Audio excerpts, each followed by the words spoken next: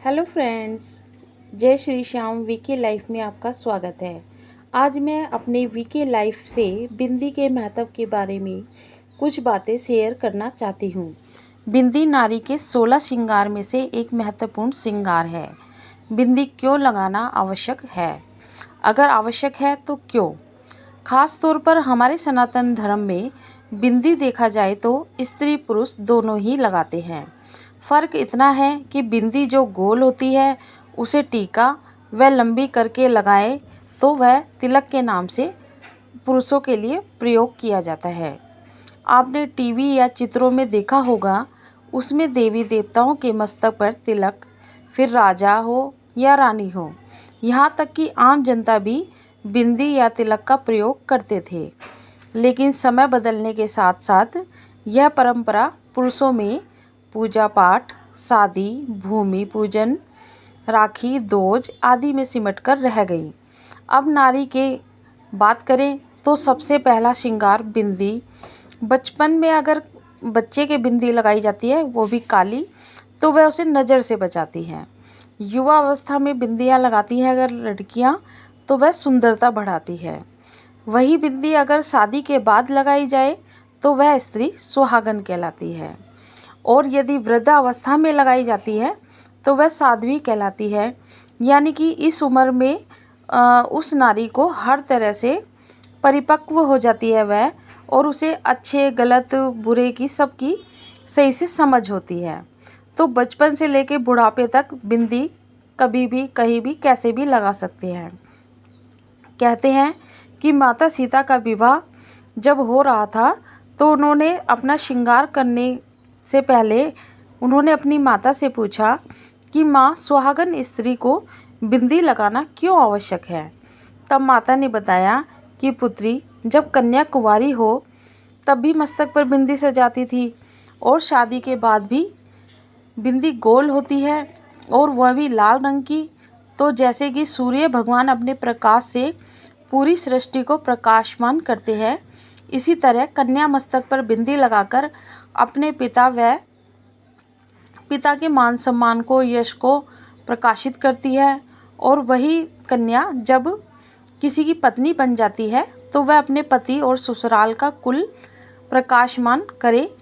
तो दूसरा, जिस स्थान पर बिंदी लगाते हैं वहाँ आज्ञा चक्र होता है, जिससे कि वह जागृत रहता है। तीसरा, स्त्रियों को एक साथ कई रिश्ते निभाने होते हैं, कई काम करने होते हैं, तो बिंदी जहाँ हम लगाते हैं वहाँ से हमारी एकाग्रता बढ़ती है, तो इसीलिए ये उनके लिए फ़ायदेमंद होती है। जैसे जैसे युग, सतयुग, द्वापर युग, त्रेता युग और कलयुग बढ़े, वैसे वैसे बिंदी के रंग, रूप, मायने सब बदले। जैसे कि पहले सिर्फ लाल रंग की बिंदी होती थी, अब सिर्फ रंग बिरंगी, गोल, लंबी और मोटी पतली, नग जड़ी, यहाँ तक कि कुछ लोग तो सोने की बिंदी तक बनवाते हैं। खैर, स्वर्ण बिंदी तो हैसियत को ही दर्शाती होगी। कुछ खास बिंदियाँ होती है जो डिजाइनर होती है और वो स्थान को दर्शाते हैं, जैसे कि महाराष्ट्रियन डिजाइन, बंगाली डिजाइन। ये कुछ बिंदियाँ ऐसी होती हैं जो वो वहाँ की स्थान को दर्शाती हैं। कुछ बिंदी फैंसी पोशाक के हिसाब से लगाई जाती है, और कुछ बड़ी बिंदी होती है जो चेहरे के हिसाब से लगाई जाती है। कुछ छोटी बिंदी छोटे चेहरे के हिसाब से। यदि कामकाजी महिला होती है, जीन्स टॉप है और तो वो छोटी बिंदियाँ लगाती हैं। यदि साड़ी है तो गोल बड़ी बिंदी, हैवी साड़ी या स्टाइलिश जैसी भी हो, आपको हल्की सी बिंदी लगाने से एक नया लुक आ जाता है। यदि कोई व्रत या पूजा हो, या बिंदी से किसी को कोई एलर्जी हो, तब हम क्या करें? यदि किसी को बिंदी से कोई एलर्जी हो तो आप हल्दी, चंदन, रोली किसी से भी बिंदी लगा सकते हैं। वैसे आज के लाइफस्टाइल में शादी में बिंदी को लेकर एक परंपरा ख़त्म होती जा रही है, और वह यह है कि पहले आपने देखा होगा कि दुल्हन के चेहरे पर एक बड़ी सी बिंदी के साथ साथ बाकी छोटी प्लेन लाल सफ़ेद कुमकुम या डिजाइन की बिंदी लगाते थे। लेकिन आजकल तो एक बड़ी बिंदी लगाना तो दूर, छोटी बिंदी लगाना भी शायद भारी लगने लगा है। सोचने वाली बात यह है कि शादी का मौका ही तो एक ऐसा होता है जिसमें दुल्हन बाकी औरतों से अलग दिखती है, और वही एक समय होता है जब हम अलग तरह से डिजाइनर बिंदियाँ लगा सकते हैं। लेकिन बाकी किसी मौके पे ऐसा कोई मौका नहीं मिलता कि हम एक साथ इतनी सारी बिंदियाँ लगाएं या कुछ एक अलग से करें। फ़र्क इतना है कि शादी के अलावा हम किसी और मौके पे ऐसी बिंदी नहीं लगाते। कहीं कहीं तो आजकल मतलब वहाँ पे ऐसा फैशन होता है कि दूल्हे के भी जिस तरह से औरतों के कुमकुम सजाई जाती थी, इस तरह वहाँ दूल्हों के भी कुमकुम लगाकर सजाया जाता है। यह परंपरा को दर्शाती है। खैर, ये तो अपनी परंपरा पर निर्भर करता है कि आपके यहाँ कैसी परंपरा है। और माथे पर बिंदी स्त्री लगाए या पुरुष, अगर वह बिंदी लगाती है या तिलक लगाती है तो उससे हमारा तेज भी बढ़ता है। अगर आप ज्योतिष के अनुसार माने तो बिंदी लगाने से भी हमारे कई ग्रह होते हैं जो अच्छे होते हैं। बिंदी की परंपरा कोई बंधन नहीं है, इसे हमें पूरे तन मन से अपनाना चाहिए।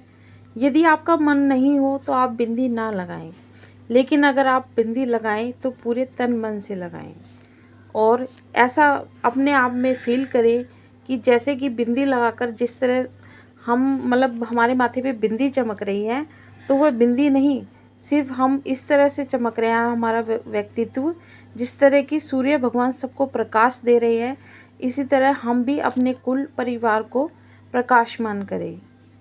अगर आपको ये परंपरा अच्छी लगती है या नहीं लगती है तो उसके बुरे विचार ना लाएं, क्योंकि कोई भी परंपरा होती है उसके पीछे कोई ना कोई रीज़न होता है। कहा जाता है कि हमारे हिंदू समाज में काफ़ी स्त्रियां होती हैं जो वह मतलब कि जो श्रृंगार का सामान खरीदती हैं तो वह सबसे पहले माता को अर्पित करती हैं, उसके बाद ही उस सामान का उपयोग करती हैं। और अगर हम कभी भी श्रृंगार का सामान खरीदते हैं तो कहा जाता है कि उसको कुछ शुभ दिनों में ही खरीदना चाहिए, जब तक कि वह काफ़ी मतलब ज़रूरी ना हो। अगर आवश्यकता हो तो आप किसी भी दिन खरीद सकते हैं, और लेकिन कोशिश करनी चाहिए कि हमें शुक्रवार, बुधवार या सोमवार इत्यादि दिनों में हम खरीद सकते हैं। और बाकी जो कड़े दिन होते हैं, मतलब कि जैसे मंगलवार, वीरवार, शनिवार, इनको अवॉइड करना चाहिए। बट अगर जब ज़रूरी हो तभी हम खरीद सकते हैं। तो ये ऐसी कुछ लोगों की मान्यता होती है।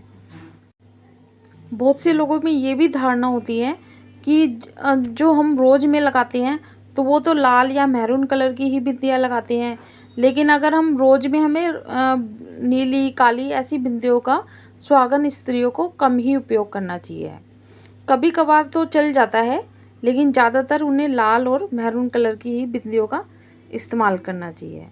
अगर आपको बिंदी के ये महत्व के बारे में जानकारी अच्छी लगी हो तो मेरी वीडियो को लाइक कीजिए, शेयर कीजिए एंड मेरे चैनल को सब्सक्राइब कीजिए। Thanks for watching.